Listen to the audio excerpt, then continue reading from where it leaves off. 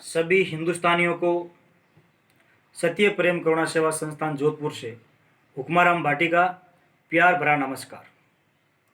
मित्रों, मैं आप सभी से सादर निवेदन करना चाह रहा था कि चाइना एक तो हमारे देश में जो एक कोरोना महामारी है, इसको इतना बड़ा विकराल रूप दिया है, भारत में ही नहीं बल्कि पूरे विश्व में दिया है। कोरोना महामारी फैलाने के बाद में एक साजिश रचता है और भारत के ऊपर वो अटैक कर रहा है। मित्रों, हम लोगों को संभलना चाहिए। मैं सभी हिंदुस्तानियों से निवेदन करना चाहूँगा कि मैं ऐसे काफ़ी वीडियो देख रहा हूँ, उसमें जो हमारे भारतीय लोग हैं, कोई मोबाइल तोड़ रहा है, कोई एलईडी तोड़ रहा है। मैं आप सभी से निवेदन करना चाहूँगा कि आप ये बेवकूफ़ी ना दिखाएं। अगर आप सच्चे हिंदुस्तानी हैं तो आज से आप ये प्रण लीजिए कि आज के बाद में मेरे घर में किसी भी प्रकार का कोई भी चाइना का आइटम नहीं आएगा। अब आपके घरों में पहले के लैपटॉप पड़े हैं, एलईडी पड़े हैं, मोबाइल पड़े हैं, उनका पैसा आपकी जेब से निकल चुका है और वो चाइना तक पहुंच चुका है। अगर हम उसकी अभी तोड़फोड़ कर रहे हैं, इसका मतलब हमारे से मूर्ख कोई है ही नहीं।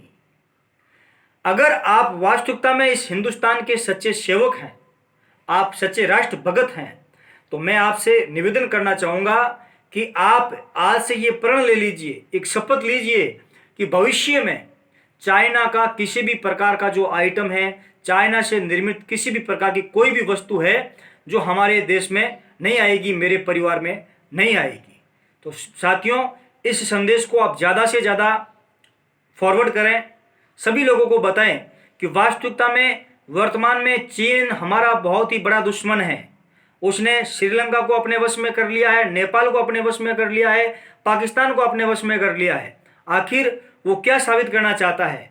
लेकिन साथियों, मैं आप सभी से यही निवेदन करना चाहूँगा, जो भी इस भारत माता के लिए शहीद हुए हैं उन सभी को मेरा कोटि कोटि नमन, और उनके परिवार को हम ये संवेदनाएं देना चाह रहे हैं कि वास्तविकता के अंदर आपको गर्व होना चाहिए कि आपके सपूत ने इस देश के लिए, इस मातृभूमि के लिए प्राणों का न्योछावर किया है। तो हम ईश्वर से मंगल कामनाएं करें कि आपके सपूत को माँ भारती अपने गोद में लें।